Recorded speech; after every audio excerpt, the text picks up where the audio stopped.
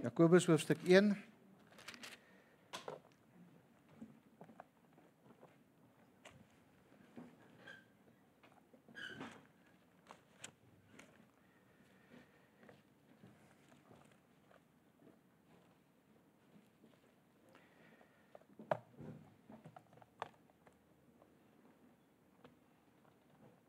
Ek myself net kan regkry met al die dinge hier so voor my.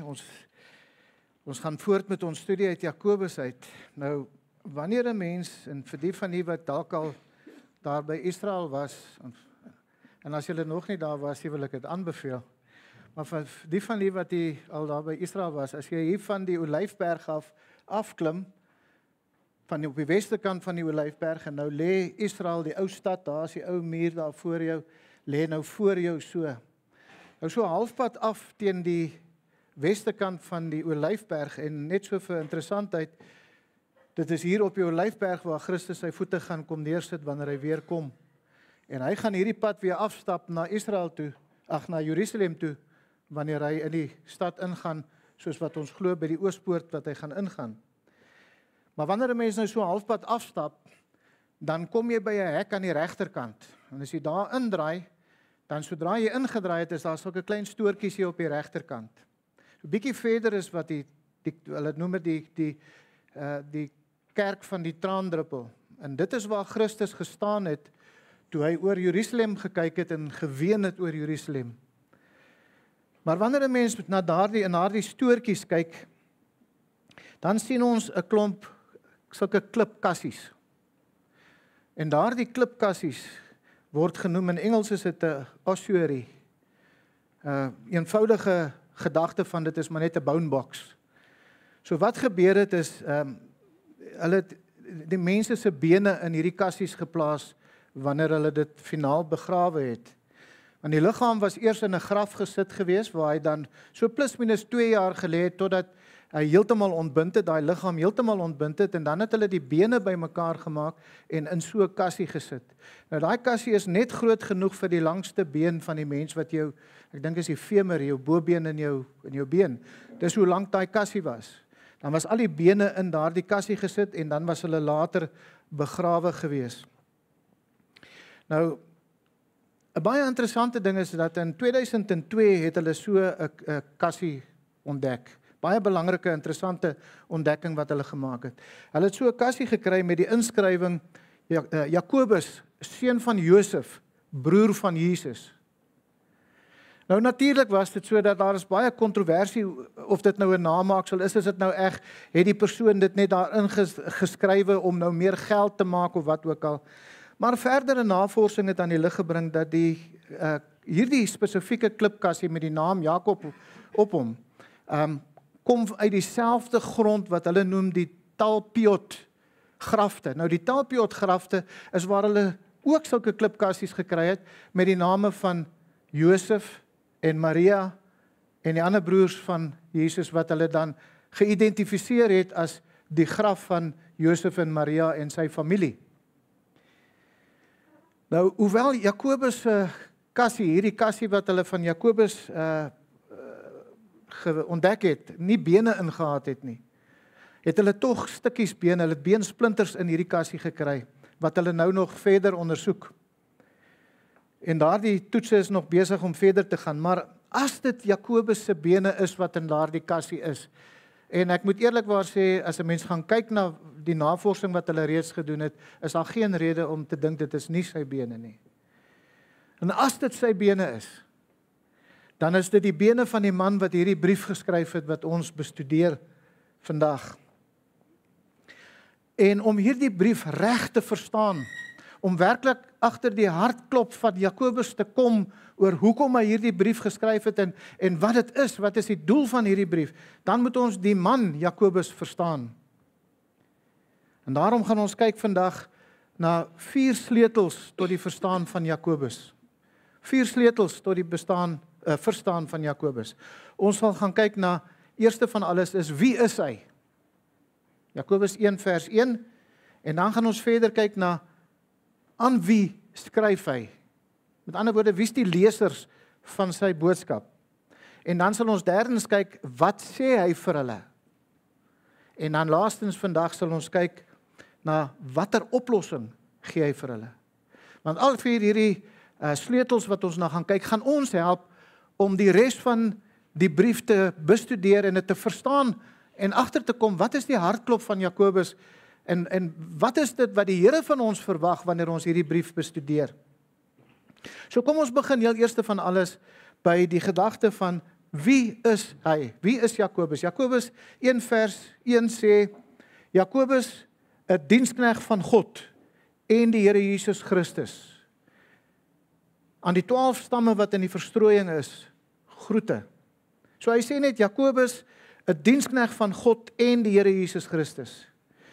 Nou daar is 4 manne, daar's 4 mense in die Nuwe Testament wat Jakobus genoem word. Maar net 2 van hulle is moontlike kandidate van wie hierdie brief kon geskryf het. Dit kon nie gewees Jakobus die seun van Alfeus nie, wat ons van lees in Matteus 10 vers 3 nie, en ook nie Jakobus die vader van Judas, nou dis nie Judas Iskariot nie, waarvan ons lees in Lukas 6 vers 16 nie. En die rede daarvoor is, daar's bitter min in die Bybel opgeteken oor hulle, as bitter min wat hulle gedoen het in die Nuwe Testament wat ons van weet. Die enigste ander Jakobus wat dit moontlik kan wees, kan dalk die broer van Johannes wees. Maar dis ook nie moontlik nie, omdat hy vroeg alreeds 'n marteldood gesterf het, soos wat ons lees in Handelinge 12 vers 2. En al wat oorbly dan is Jakobus, die oudste halfbroer van Christus. Dis die enigste een wie die Jakobus is wat hierdie brief kon geskryf het. So ons gaan so 'n bietjie kyk na Jakobus se lewe en ons begin by sy vroeë lewe. Hoe was Jakobus se vroeë lewe gewees? Julle weet toe Josef en Maria na die geboorte van Christus het hulle moes hulle vlug vir Herodes en toe het hulle na Egipte toe gevlug. En daarna het hulle teruggekom en hulle het toe in Nasaret gevestig. En daar in Nasaret was daar vir hulle nog kinders gebore gewees. So lees ons byvoorbeeld in Markus 6 vers 3 dat Jesus broers en susters gehad het. Die name van sy broers wat die Bybel vir ons gee was Jakobus, Joses, Judas en Simon. Maar ons weet nie wie sy susters, hulle sê niks verder van sy susters nie. Josef en Maria het hulle kinders in Nasaret, in hierdie klein gemeenskap het hulle hulle kinders grootgemaak en 'n mens moet verstaan in die Bybelse tyd wat dit behels om in so 'n klein gemeenskap te bly en jou kinders daar groot te maak. En weer eens, as jy 'n kans kry om na Israel toe te gaan, jy moet na Nasaret toe gaan. Daar het hulle 'n pragtige uitstalling en 'n uitbeelding van hoe die lewe in Nasaret was in die tyd van Christus. En die een ding wat ons moet verstaan is dat in so 'n klein gemeenskap was daar sekere reëls wat die gemeenskap gehou het wat jy by moet bly. Die gemeenskap moet beskerm word van mense wat hulle inval. Die gemeenskap moet mense hê wat werk en plant sodat daar kos vir almal kan wees. So daar was sekere reëls wat onderhou moes word. En so het Josef en Maria hulle kinders in hierdie klein gemeenskap grootgemaak en hulle was 'n gelukkige familie gewees. Hulle het die tradisies van hulle gemeenskap voortgesit. Hulle kinders was goed opgevoed want dit was hulle beginsel gewees dat die kinders, die Jode het baie moeite gedoen om hulle kinders op te voed. Op die ouderdom van 6 jaar oud was die seuns byvoorbeeld sinagoge toe gestuur vir opleiding in die Torah. En daarom moet ons verstaan, Jakobus was ook baie goed opgelei in die Joodse godsdienst en Judaïsme wat hulle uit die Torah, die Ou Testament wat ons ken as die Ou Testament wat hulle geleer was. Maar hulle was ook opgelei in die ambag van hulle vader. Met ander woorde, die seuns moes die ambag van hulle vader voortsit en in daardie ambag moes hulle werk, natuurlik om hulle gemeenskap te beskerm en te help en te kan voortgaan ook, maar ook om hulle gesin te versorg. En waar hulle dan in daardie omstandighede die werk van die familie help ondersteun het, en ons moet verstaan, hulle het nie weggegaan van Nasaret af nie. Hulle het in Nasaret gebly. Hulle plig was om die huishouding te ondersteun, maar Jesus het alles, toe hy nou groter word, het hy alles gelos, en hy het begin om sy Vader, God se werk te gaan doen. Daarom moet ons hierdie konsep verstaan in die vroeë lewe van Jakobus. Hy was 'n goeie seun gewees. Hy het in Nasaret gebly. Hy het die werk van sy vader, die ambag van sy vader gedoen, maar Christus het verder gegaan en Christus het die werk van sy Vader, God, gedoen.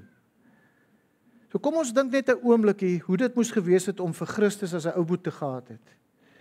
Dink hoe dit moes wees om 'n ouboet te hê wat nie sonde kon doen nie.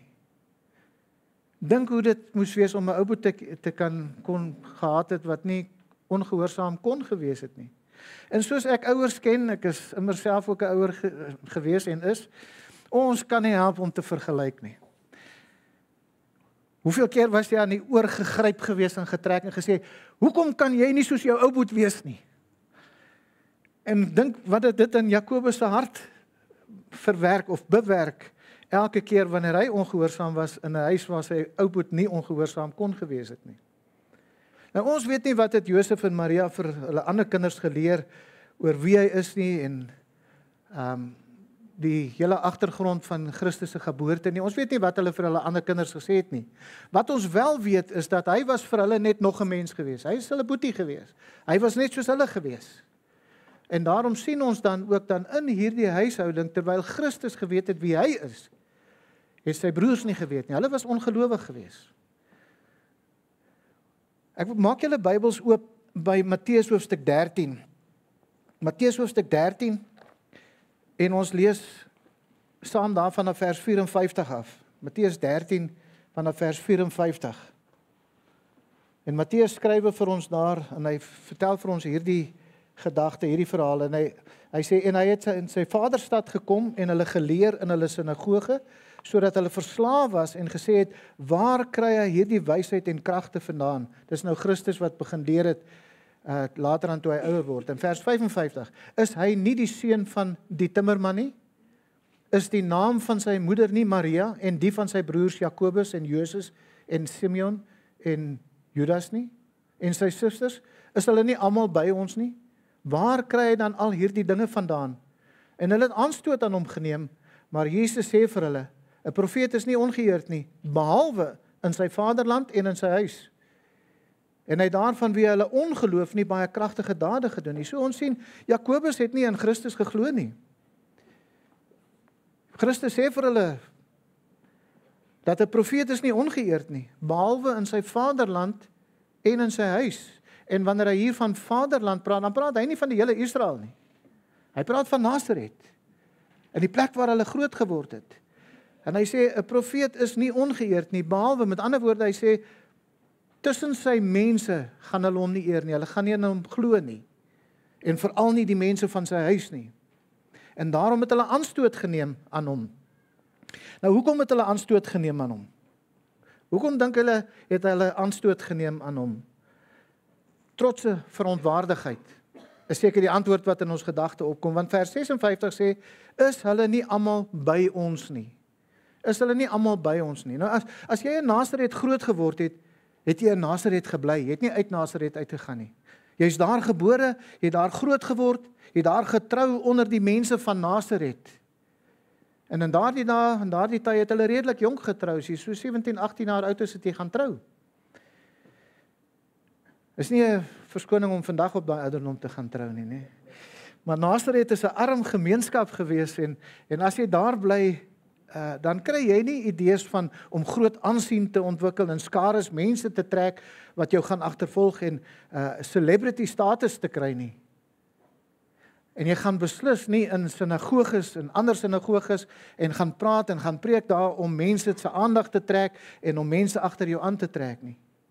Jy sien, die seuns en dogters van Josef en Maria was op hierdie stadium nog in die dorp gewees. Daarom sê hulle, is sy broers en sy susters nie hier by ons nie? Is hulle nie nog hier nie?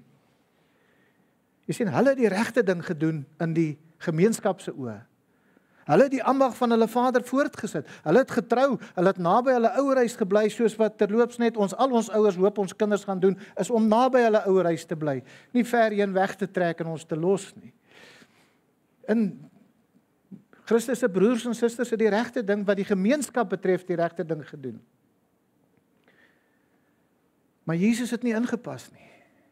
Hy het weggegaan en hy het wonderwerke gaan doen. En hy het 'n hele gevolg gehad van mense wat agter hom aangekom het. En dit het gemaak dat die oudste seun die verantwoordelikhede van die huis moes oorneem. En Jesus is nou nie meer daar nie, so wie is dit? Jakobus was die oudste van die ander broers gewees. So toe Christus nou gaan in die werk van sy Vader, van God gaan doen, toe laat dit vir Jakobus om dan nou die werk te doen wat Christus eintlik moes gedoen het, volgens die gemeenskapse standaarde. Nou hoe dink julle het Jakobus gevoel oor sy ouer broer? Want jy sien, op hierdie stadium toe Christus begin preek het, was hy nou al omtrent in die omgewing van 30 jaar oud gewees. Nou dink van 17 na 30 jaar. As baie tyd wat hy moes getrou het. Hy het nie eens gedink aan 'n meisie nie, hy het nie eens gedink aan 'n verhouding nie. Hy het gegaan om die werk van sy vader te doen. Hoe moes Jakobus gevoel het oor sy broer? Christus het nie die familie ambag voortgesit, moontlik op hierdie stadium mee nie. Hy het dit begin, maar op hierdie stadium het hy nou gegaan en hy het by ander sinagoges gaan praat en hy het gehoor agter hom aangetrek en hy gaan skielik af na die Jordaan toe waar Johannes hom gedoop het en toe hy begin preek en hy sê dat hy 'n bediening het om die koninkryk van God te verkondig. En Jakobus en sy broers het nie in Christus geglo nie. Hy het moontlik gedink dat Jesus nou sy verantwoordelikhede as oudste steen totaal verwaarloos. En let op net dat in die teks, wanneer die mense op hierdie stadium kom, dan sien ons, hulle praat nie meer van Josef nie. So ons moet aanvaar dat Josef was heel moontlik reeds dood gewees teen hierdie stadium. En volgens Jesus se familie en dan ook die inwoners van Nasaret, het Jesus dan verkeerd opgetree om nie sy plig na te kom nie. Hy het nie sy plig in die gemeenskap nagekom nie, en hy het ook nie sy plek in sy gesin om sy moeder en sy broers te versorg nie. Volgens hulle nie. En hierdie ongeloof wat in hulle harte was, het voortgegaan tot 6 maande voor Christus gekruisig was, voor hy gesterf het. Johannes beskryf dit, en julle kan blaai na Johannes hoofstuk 7 toe. Ons gaan die eerste 4 verse sal ons kyk. 6 maande voor Christus se dood skrywe Johannes nou in Johannes 7 vers 1 tot 4. En daarna het Jesus in Galilea rondgegaan, want hy wou nie in Judea rondgaan nie, omdat die Jode probeer het om hom dood te maak. En die fees van die Jode, die Hittefees, was naby. Sy broers het toe vir hom gesê, vertrek hier vandaan en gaan na Judea, sodat u disippels ook u werke kan sien wat u doen. Want niemand doen iets in die geheim en soek tergelykertyd om in iedereen se mond te wees nie. As u hierdie dinge doen, vertoon u self aan die wêreld. U sien, hulle was sarkasties met hom gewees. En die rede hoekom hulle sarkasties was, sien ons in vers 5. Want ook sy broers het nie in hom geglo nie. Ten spyte van al Jesus se wonderwerke en alles wat Christus gedoen het, het hulle nie geglo dat hulle ouer broer, Jesus Christus, inderwaarheid die Messias gewees het nie. Dink net daaraan, in al die jare wat hulle as klein kinders van 6 jaar oud in die sinagoge grootgemaak te gewees het en van die Messias geleer het wat moet kom. En hier sit Christus en hy sê, ek is daai Messias. En hulle sit daar en hulle leer dit en hulle besef nie, hier sit die Messias saam met ons nie. Hulle het nie in hom geglo nie. Hy was vir hulle nog net een van hulle gewees. Hulle het saam met hom groot geword, saam in een huis geslaap, saam geëet, saam gewerk en saam gespeel. Hulle het nou wel nie sonde in hom gesien nie, maar ek weet nie of hulle sou agterkom dat daar nie sonde in hom is nie. Hulle het hom eenvoudig net as hulle ouer broer gesien. Hulle is skepties in hulle ongeloof. As jy die Messias is, gaan dan en gaan wys jouself. Gaan toon jouself, as jy sê, jy is die Messias. Hulle kon in werklikheid nie glo dat hy die Messias is nie. En op hierdie stadium het hulle gedink dat Jesus van sy verstand af is. Ons lees in Markus hoofstuk 3, en julle kan soontoe blaai, as julle wil, Markus hoofstuk 3 vers 20 tot 21, van so 'n geleentheid waar Jesus omring was met baie mense. Markus hoofstuk 3, daarvan vers 20 af. Markus 3 vanaf vers 20 af. In vers 21 sê hy, en hulle het in 'n huis gegaan, en 'n skare het weer saamgekom, sodat hulle selfs nie brood kon eet nie. Kyk nou vers 21. Toe sy mense dit hoor, gaan hulle uit om hom in die hande te kry, want hulle het gesê, hy is buite sy sinne. En wat in die oorspronklike taal wat daar staan is dit ingevoeg, sê hy, en sy eie mense het dit gehoor. Die Afrikaans het net gesê sy mense, maar die oorspronklike taal verwys na sy eie mense. Dis sy familie het dit gehoor. En wat doen hulle? Vers 21. Want hulle het gesê, hy is buite sy sinne. Hulle wil hom gaan haal, hulle wil hom keer. Hy gaan nou iets doen en die mense kan hom doodmaak vir dit wat hy gaan doen. So hulle moet dit keer en hulle moet hom gaan wegvat uit daai omstandighede uit.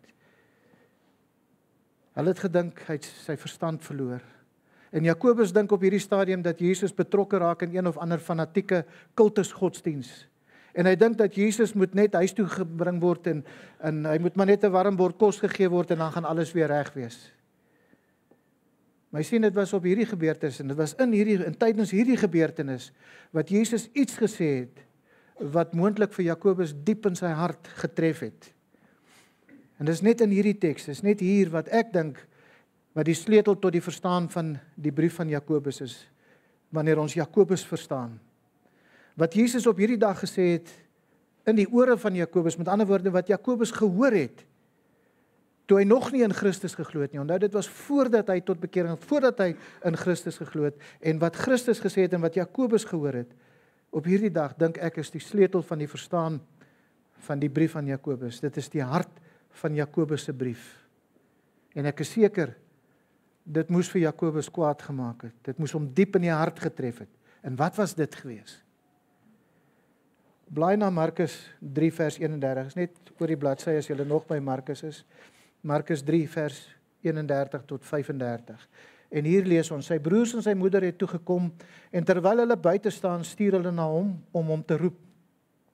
En 'n skare het rondom hom gesit. Hulle sê toe vir hom, u moeder en die broers soek u daar buite.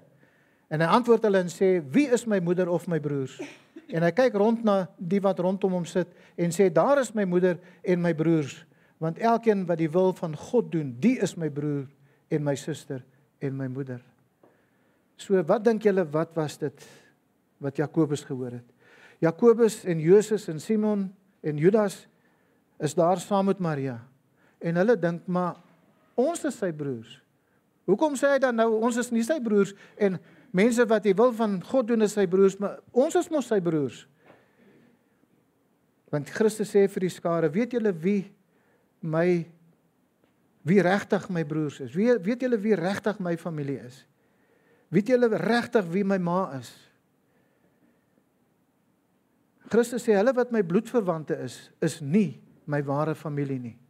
My ware familie is hulle wat aan my verbind is, wat met my geassosieer word deur die wil van God. My ware familie is die mense wat die wil van God doen. Hulle het lief wat God lief het. Hulle haat wat God haat. Hulle doen sy begeerte en daarom is hulle my familie. Nou dink hoe Jakobus moes gevoel het toe hy dit gehoor het. Dink hoe Jakobus gevoel het toe Jesus vir hom sê, jy is nie my broer as jy nie God se wil doen nie.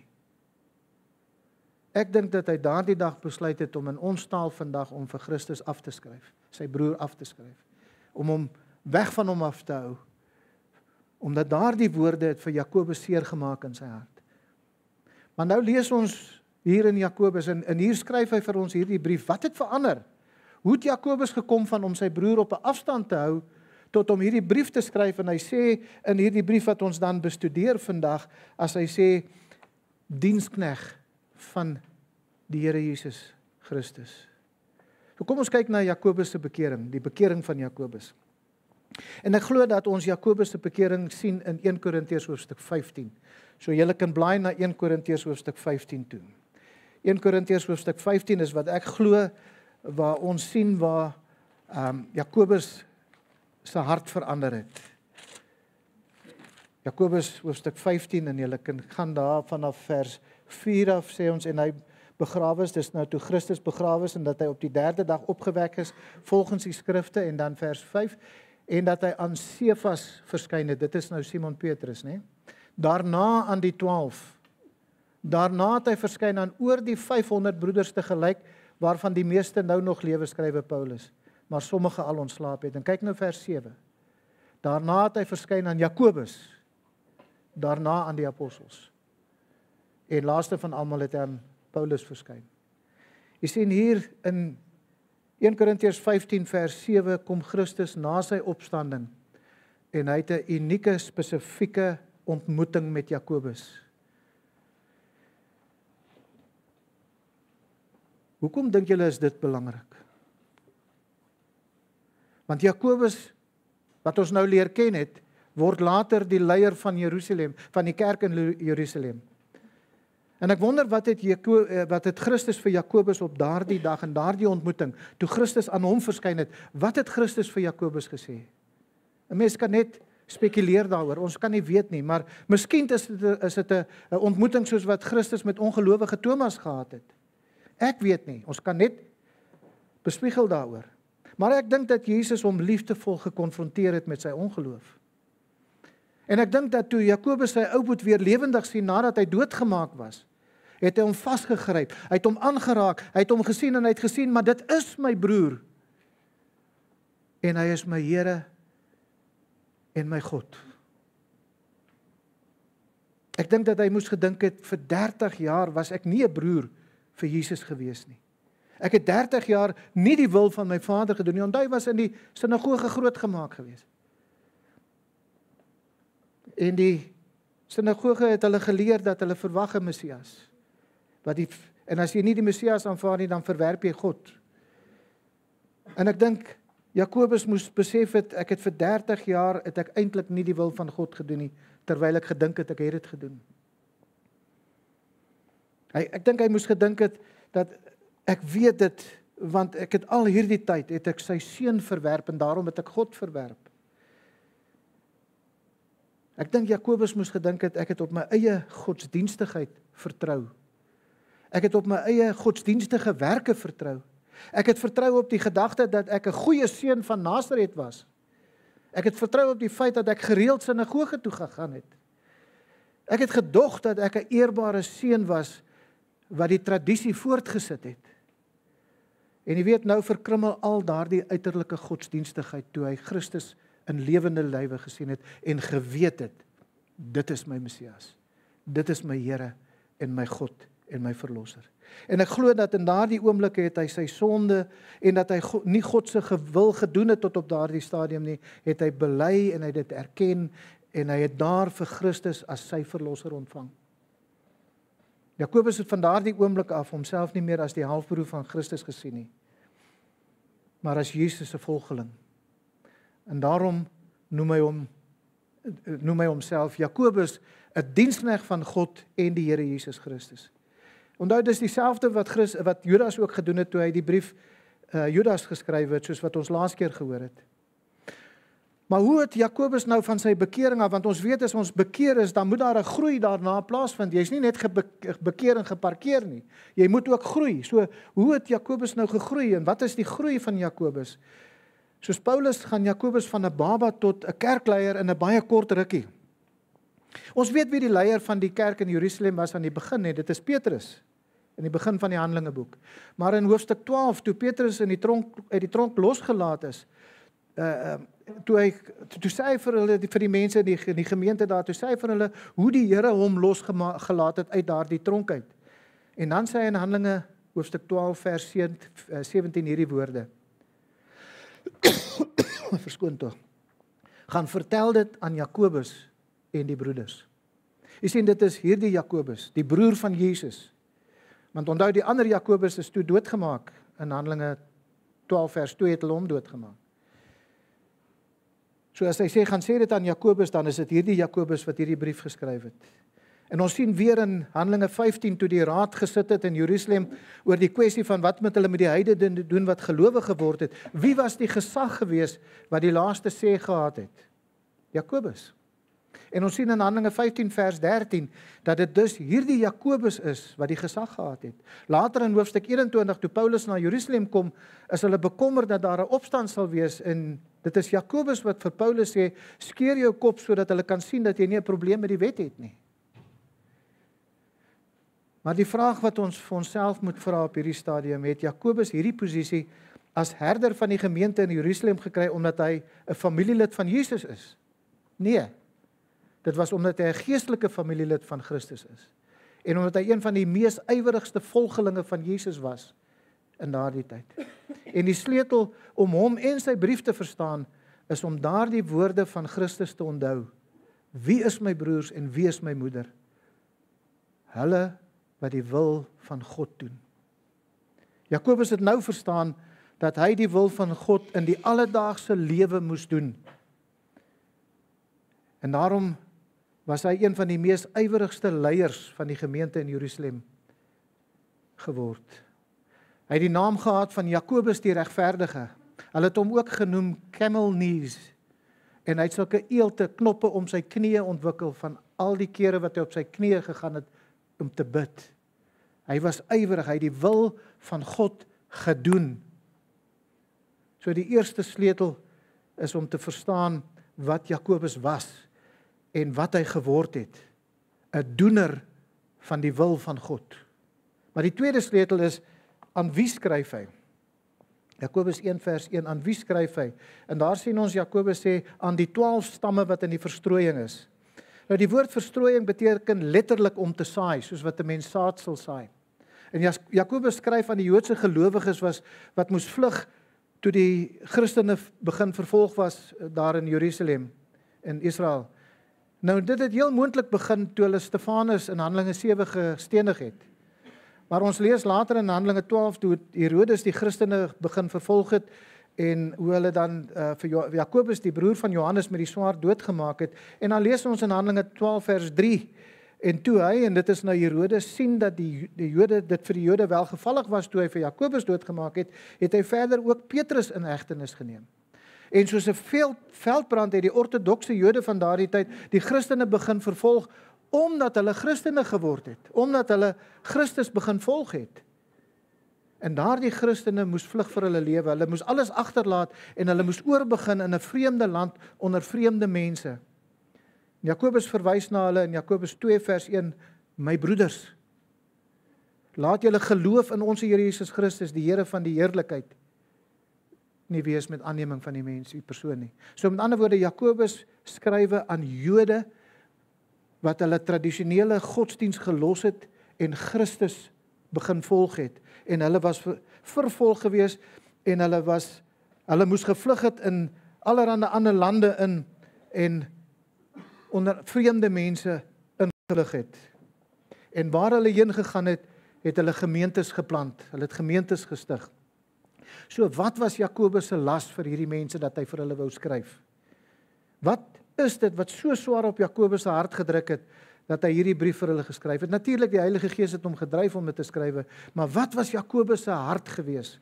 Wat was die las gewees wat hy vir hierdie mense wou sê? Wat is sy doel met hierdie brief?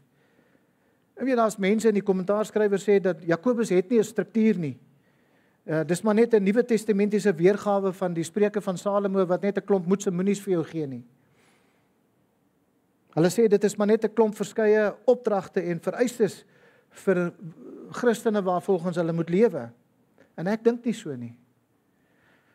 Jakobus het een sentrale bekommernis gehad wat swaar op sy hart gedruk het. En wanneer ons Jakobus verstaan, sien ons hoekom hierdie las so swaar op sy hart druk. En wanneer ons sien hoekom hy aan hierdie mense skryf, dan weet ons hoekom hierdie las so swaar op sy hart gedruk het. Want hy skryf aan mense wie uit 'n tradisie van werke uitkom. Mense wat daardie werke baie goed leer doen het, sonder dat hulle harte regtig daarin was. Dalk het hierdie Christene daardie gewoonte in hulle Christendom voortgesit, toe hulle nou kerke gaan plant het in die vreemde lande waar hulle gekom het. En hy sê vir hulle, julle dink dat julle 'n verhouding met God het. Julle het nie. Ek was daar waar julle is. So die tweede sleutel is, Jakobus het 'n las gehad om Christene te wys. Praat alleen is nie genoeg nie. Daar moet werke wees wat by die geloof pas. En as jy wil blaai na Handelinge hoofstuk 26, vers 20, het Paulus gesê, toe hy voor Agrippa gestaan het, het hy gesê, maar ek het eers aan die mense in Damaskus en in Jerusalem en in die hele land van Judea en aan die heidene verkondig, dat hulle tot inkeer moet kom en hulle tot God bekeer, deur werke te doen wat by die bekering pas.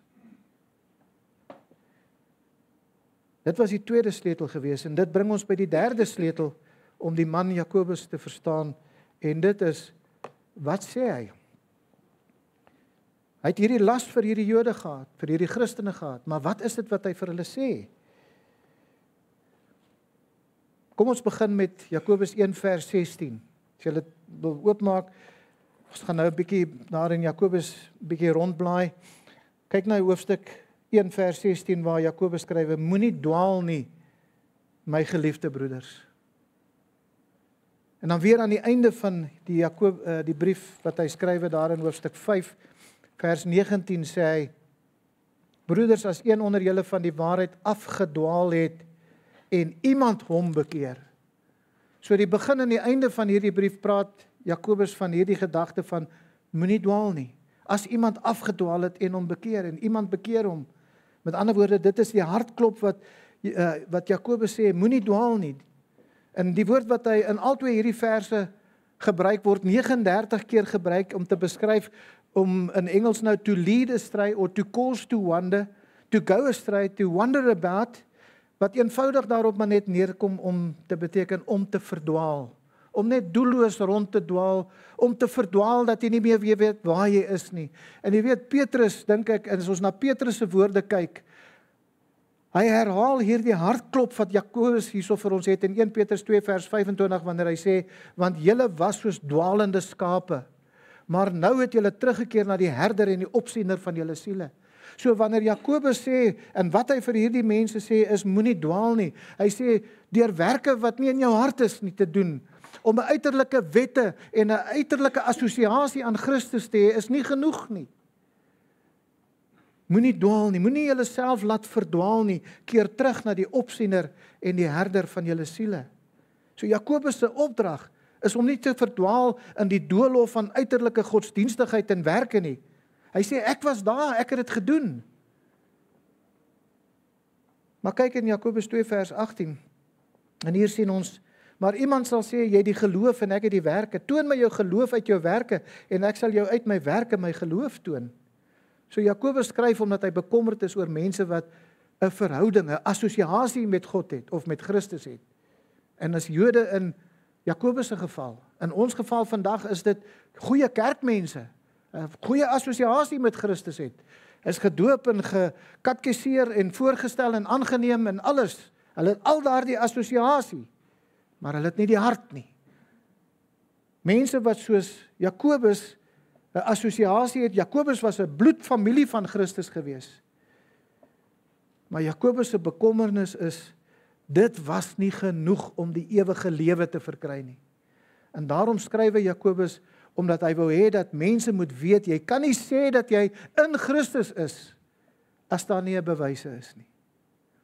Onthou Christus se woorde, wie is my broers en my suster? Wie is hulle? Hulle wat die wil van God doen. En Jakobus se las is dat mense wat sê dat hulle in Christus is, sal die wil van God doen in die alledaagse lewe. Dis sy hele argument. Hulle wat werklik in Christus is, sal die wil van God doen. Nou dit wil voorkom asof hierdie Jode in verstrooiing gelewe het, soos hulle wou lewe het, en dan nog steeds getuig het dat hulle in Christus is. Met ander woorde, hulle het getuig van 'n assosiasie met Christus, maar hulle het nie die lewe daarvan meer gehad nie. En Jakobus sê dat dit nie goed genoeg is om net te sê nie. Om te getuig dat jy 'n verwantskap of 'n assosiasie met Christus het, is nie genoeg nie. Jakobus het die beste verwantskap gehad wat iemand kon gehad het. Hy was sy broer gewees. En wat Jakobus wil hê, is 'n innerlike, werklike godsdiens. 'n Hart wat aan Christus behoort. 'n Verhouding met God wat bevestig word deur uiterlik te doen wat die wil van die Vader is. Kyk na Jakobus 1 vers 22. Daar skryf hy, en word daders van die woord en nie net hoorders wat julle self bedrieg nie. Kyk na vers 27, 'n vers wat dit alles baie goed opsom. Ek dink dis die hartklop van Jakobus wanneer hy sê, reine en onbesmette godsdiens voor God en die Vader is dit, om wese en weduwees in hulle verdrukking te besoek en jou vlekkeloos te bewaar van die wêreld. Jakobus sê, dis nie goed genoeg om godsdienstig te wees nie. Dis nie genoeg om te sê jy het geloof nie. Dis nie genoeg om te sê ek is gedoop nie. Dis nie genoeg om te sê ek het 'n verhouding met Jesus Christus, ek gaan gereeld kerk toe nie. Nee, Jakobus sê, Ek ken dit, ek was daar. Ek het dit vir jare gedoen, en ek het eintlik glad nie 'n verhouding toe met Christus gehad nie. Die persoon wat waarlik in die geloof is, doen die wil van die Vader, omdat hy weergebore is. En daarom leer Jakobus in hoofstuk 3 dan weer hierdie kontras tussen die ware en die valse. Hy praat van die tong as hy sê in Jakobus 3 vers 9, daarmee loof ons God en die Vader, en daarmee vervloek ons die mense wat na die gelykenis van God gemaak is. Hy sê met ander woorde, jy's of die egte, of jy's die onegte. Jy's of in Christus, en as jy in Christus is, dan doen jy sy werk in geloof, en wat uit jou mond uitkom, sal dit bevestig. Of jy's nie in Christus nie, en wat uit jou mond dan sal uitkom, gaan dit ook bevestig dat jy nie in Christus is nie. So wat is dit wat hierdie man vir sy skrywers of sy lesers in daardie tyd gesê het? Wat is dit wat hy vir ons sê vandag? Jakobus 1 vers 26. As iemand onder julle meen dat hy godsdienstig is en sy tong nie in toom hou nie, maar sy hart mislei, die godsdienst van hierdie man is te vergeefs. Die derde sleutel dus om die brief te verstaan, is om te verstaan dat Jakobus sê, moenie jouself mislei nie. Maar wat kan ons doen om seker te maak dat ons nie onsself mislei nie? En dis die vierde en die laaste sleutel vandag. Watter oplossing gee hy vir ons? Watter oplossing gee hy vir ons? 2 vers 18, en ek wil net die B-gedeeltjie daarvan, toon my jou geloof uit jou werke, en ek sal jou uit my werke my geloof toon. Dis die oplossing wat hy vir ons gee. Nou wat is dit wat ons gaan leer wanneer ons hierdie brief bestudeer? Hy gaan 'n paar toetse vir ons gee vir ons om te sien of ons werklike reddende geloof het, wat werk of nie. En dit gaan ook die raamwerk van hierdie brief wees. Dis 'n baie duidelike, 'n goeie raamwerk in hierdie brief, en wanneer ons dit gaan bestudeer, sal julle dit sien. Hy gee vir ons 'n volledige lys van die toetse wat die Here oor ons pad gaan bring. Julle sal onthou, ons het reeds begin met die eerste een is die toets van volharding onder beproewing in hoofstuk 1 vers 2 tot 12. Nou, ek het hierdie 13 toetse het ek op die e-pos het ek dit uitgestuur, julle kan dit daar gaan kry. Die eerste een is die toets van volharding onder beproewing. Hoe tree jy op wanneer jy onder beproewing is? Hoe tree jy op wanneer daardie swaar kry tyd in jou lewe is? Ons het reeds daarna gekyk. En dan het ons ook al reeds gesien die toets van wie blameer word wanneer jy in daardie situasie is. Gaan jy God blameer of gaan jy net jouself blameer? Gaan jy sien dat dit jou sonde is? Dat dit kere is wanneer jy nie die wil van God gedoen het nie? Die derde een is die toets van hoe reageer jy op die woord, en dit is wat ons volgende keer DV sal na kyk. Hoe reageer jy op die woord? Lees jy die woord, en wanneer jy die woord gelees het, wat doen jy daarmee? En dan die vierde een is die toets van onpartydige liefde. As hier moet iemand inkom wat uit die laagste sprong van die samelewing uitkom, miskien 'n boemelaar wat onder 'n bos bly en hy ryk soos verlede jaar se varkhok, en hy kom sit hier so, hoe gaan jy optree teenoor hom? Dan gaan hy vir ons die toets van geredde werke gee in hoofstuk 2 vers 14 tot 26. Hoe tree jy op teenoor jou medemens? Die 6de toets is die toets van hoe en wat jy praat, wat jy sê. Hoofstuk 3 vers 1 tot 12. En dan die 7de toets is die toets van nederigheid en wysheid. Hoofstuk 3 vers 13 tot 18. En dan die 8ste toets is die toets van wêreldsgesindheid. Hoe lief het jy nog die wêreld? Hoofstuk 4 vers 1 tot 12. Die 9de toets is aan wie of van wie is jy afhanklik? Hoofstuk 4 vers 13 tot 17. En dan die 10de toets is die toets van geduld met mekaar in tye van beproewing. Die 11de toets is die toets van betroubaarheid, hoofstuk 5 vers 12. Die 12de toets is hoe lyk jou gebedslewe? Hoofstuk 5 vers 13 tot 18. En dan die laaste, die 13de toets, is die toets van ware geloof, Jakobus 5 vers 19 tot 20. As die Here vertoef om te kom, gaan ons na elke een van hierdie toetse kyk in die toekoms. Maar die slotsom is dit: mense wie weergebore is, met ander woorde wat van bo gebore is, uit God gebore is, dra vrug wanneer hulle geloof getoets word. Hulle wys innerlike geloof wat uit die hart uit voortkom. Hulle doen die wil van die Vader in die hemele. Hulle gaan nie met Hulle gaan nie vriende met die wêreld mee wees nie. Hulle gaan nie dubbelhartig wees nie. Hulle sal die regte werke doen. Hulle gaan nie die een ding sê, maar 'n ander ding doen nie. Hulle gaan nie getuig van geloof in Christus, maar eerder 'n ongelowige lewe lei nie. Hulle gaan nie hulle self mislei deur te sê, maar nie te doen nie. Hulle seën nie vir God aan die een kant en vervloek mense aan die ander kant nie. Dit is hoekom Jakobus vir ons leer in Jakobus 4 vers 8, nader tot God, en hy sal tot julle nader. Reinig die hande julle sondaars en suiwer die harte julle dubbelhartiges. Met ander woorde, Jakobus sê, kies die reine, onbesmette godsdiens voor God. Dit is vir ons belangrik om Jakobus se brief te bestudeer, om 2 redes. Die eerste een is, ons gaan gedwing word om ons geloof te toets deur die egtheid van ons werke. Dis hoekom dit vir ons belangrik is. Elke keer wanneer ons Jakobus gaan bestudeer, sal ons redding volgens God se standaard moet evalueer. Ons sal nie tevrede wees om te sê, ek ken hom, ek het 'n verhouding met hom, ek is 'n getroue kerkganger. Jakobus sal sê, nee, ek was daar gewees. Ek het Jesus geken. Ons het dieselfde DNA. Maar dit is nie genoeg nie. Jakobus gaan ons dwing om ons redding te ondersoek. Is ons in die geloof, of is ons besig om onsself te mislei? En soos met die bergpredikasie, stel God die standaard baie hoog. God se standaard is nie laag nie. Jakobus verwys tussen 21 en 45 keer. Ek sê tussen, want die een kommentaar sê 21, die ander een sê 45 keer, na die bergpredikasie. Jesus het in Matteus 5 vers 48 gesê, wees julle dan volmaak soos julle Vader in die hemele volmaak is. En ons dink, maar ons kan dit nie doen nie. Ja, ons kan dit nie doen nie. En ja, ons kan dit doen. Maar net deur die evangelie van Jesus Christus kan ons volmaak wees.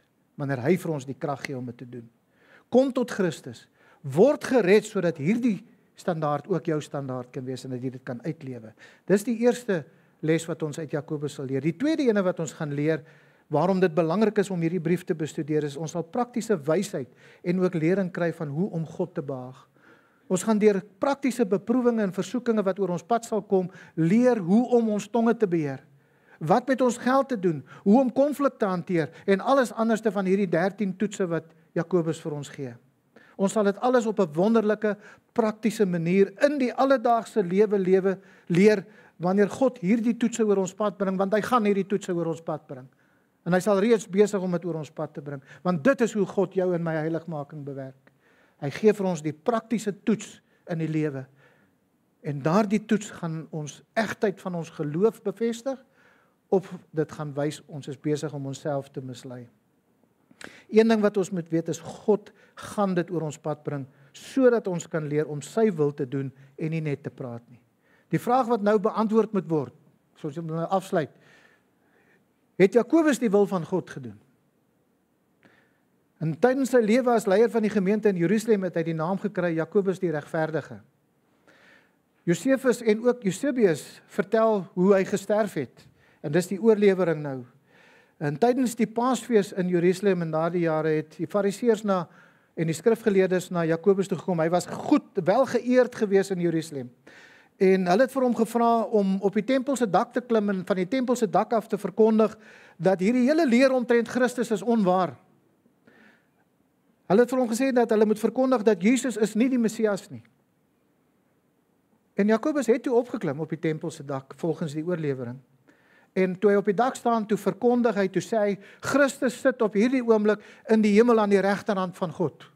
En hy het die hele evangelie vir die Jode in Jerusalem verkondig daardie dag, op die Paasfees in Jerusalem. En die Fariseërs het na mekaar gekyk en die skrifgeleerdes het gesê, nou het ons 'n probleem. En hulle besluit toe om op te klim en hom van die dak af te gooi, sodat die mense sal vrees en nie hierdie leer sal volg nie, wat hulle toe gedoen het. Maar toe Jakobus afgeval het en op die grond geval het, was hy nie dood nie. En die oorlewering gaan verder, hulle het hom toe gestenig, met klippe probeer doodgooi het. Iemand anders sê, hulle het hom met stokke doodgeslaan. Maar terwyl hulle Jakobus met stene gestenig het en met stokke geslaan het, in sy gebroke lyf, en dink aan daardie bene en daardie kassie wat dalk gebreek was, het Jakobus op daardie vereelde knieë van hom gaan staan, en hy het gebid, Vader vergewe hulle, hulle weet nie wat hulle doen nie. Hy het so sy Here en Meester, sy Vader se wil gedoen.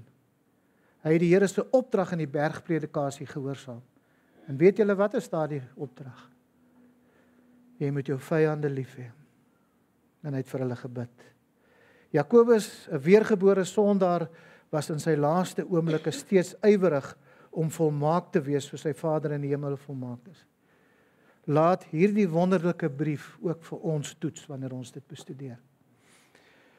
Vader, baie dankie vir u liefde en u genade. Dankie vir hierdie woord. Dankie vir 'n man soos Jakobus wat u gebruik het, u sy lewe ingerig het, sy lewe gelei het, dat u hom tot bekering gelei het en vir die ywer wat hy aan die dag gelê het om dan ook so u mense te leer deur hierdie brief wat hy geskryf het. En dit is nog steeds daar vir ons om te leer vandag. En Here, wat 'n les is dit nie, wat ons almal nodig het om te leer nie. Ons wil bid, Here, dat soos wat ons deur hierdie brief stap en soos wat ons hierdie brief bestudeer, dat u ons harte en ons ore en ons oë sal oopmaak, dat ons elke beproewing, elke toets wat oor ons lewe sal kom, sal sien as 'n wonderlike gebeurtenis waar die lewende God besig is om ons lewens meer en meer heilig te maak. Dat ons dit sal insien dat dit 'n geleentheid is om vir onsself te wys wat nog in ons harte is, wat nodig is om verander te moet word, sodat ons kan verander om die mense te wees wat u ons reeds gemaak het, toe u vir ons wedergeboorte geskenk het. Ons kan nie net loof en prys en aanbid daarvoor. In Jesus naam. Amen.